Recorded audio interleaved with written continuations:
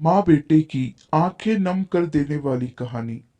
आधी रात में माँ की नींद खुल गई थी और बेटे को बहू के कमरे की बजाय अपने बिस्तर पर बच्चों की तरह आड़ा तिरछा लेटा हुआ पाकर आज फिर उसका दिल आशंकाओं से भर उठा था। बेटे के सर के नीचे एक तकिया लगा उसके माथे को सहलाते हुए वह धीरे से बुदबुदाई, अब तो कुछ परेशान सा रहता है। नहीं माँ। शायद माँ के स्पर्श से बेटे की कच्ची नींद भी खुल गई थी और वह करवट ले माँ के करीब आ गया था। पिछले महीने पति के गुजर जाने के बाद अब उसे भी गहरी नींद कहाँ आती थी। रातें तो यूं ही आंखें मूंद हल्की झपकियों में कट रही थी।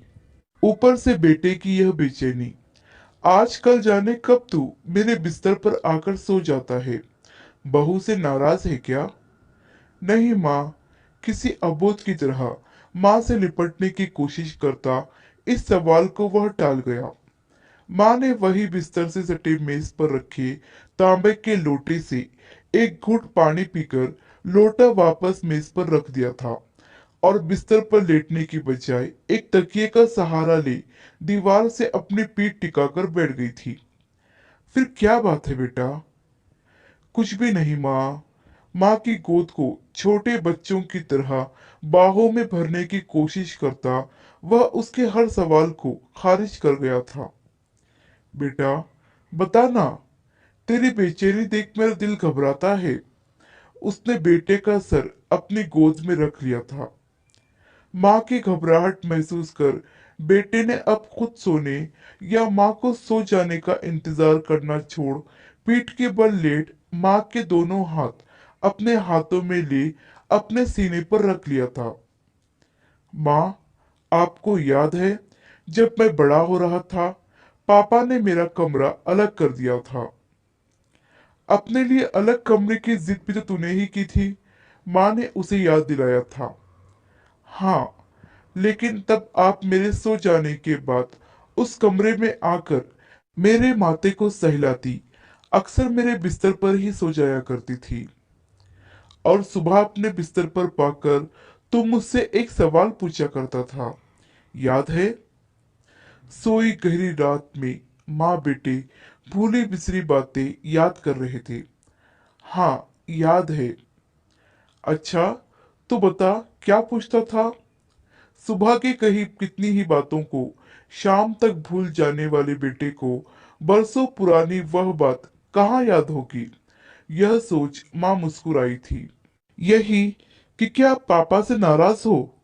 बेटे की अद्भुत याददाश्त क्षमता से रूबरू होती माँ का निस्तेज होता चेहरा अचानक एक अद्भुत मुस्कान के साथ कमरे की मध्यम रोशनी में जगमगा उठा। हाँ, पर बेटा, तुझे ऐसा क्यों लगता था? आज वर्षों बाद शायद माँ भी शिद्दत से बेटे के मन की उस बात को जान लेना चाहती थी जिसे जानने की फुर्सत उसे आज से पहले कभी नहीं मिली। क्योंकि मैं आपको हमेशा पापा के साथ देखना चाहता था। पिता को याद करते हुए बेटे ने अपने सीने पर रखे माँ के दोनों हाथों पर अपनी पकड़ मजबूत की थी। बेटा, मैं भी तुम्हें हमेशा बहू के साथ देखना चाहती हूँ। माँ ने झुककर बेटे का माथा चूम कर कहा। माँ, तब आप पापा को कमरे में अकेला छोड़कर मेरे पास क्यों आ जाती थी? बरसों बाद बेटा भी अपने मन की जिज्ञासा माँ के सामने रख रहा था। बेटा, डर लगता था कि अकेले कमरे में कहीं तो डर न जाए। माँ, अब जब पापा नहीं रहे मुझे भी डर लगता है। क्यों बेटा? माँ अपने बेटे का डर जानने की अधीर हो उठी। कहीं आप अपने अकेलेपन से डर न जाओ, इसलिए मैं। इसके आगे वह कुछ कह ही नहीं पाया। माँ बेटा एक दूजे से लिपट गए थे और सारे शब्द आंसुओं में बह गए थे।